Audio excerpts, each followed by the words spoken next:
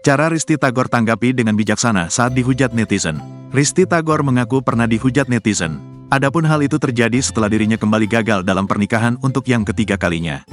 Apalagi usia pernikahan dengan 3 mantan suaminya ini sangat singkat. Namun, Risty Tagor tak memasukkan hati hujatan tersebut. Ia menilai hal tersebut wajar sebab dirinya seorang publik figur.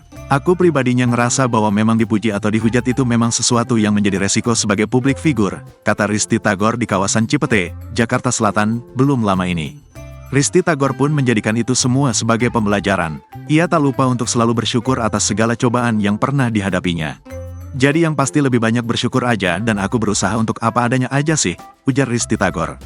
Sebelumnya, Risty Tagor pernah menikah dengan Rifki Balwell pada 2010 dan bercerai pada 2014. Kemudian Risty Tagor menikah dengan Stuart Collin pada tanggal 19 April tahun 2015. Namun, pernikahan itu juga hanya seumur jagung dan berujung cerai pada 2016.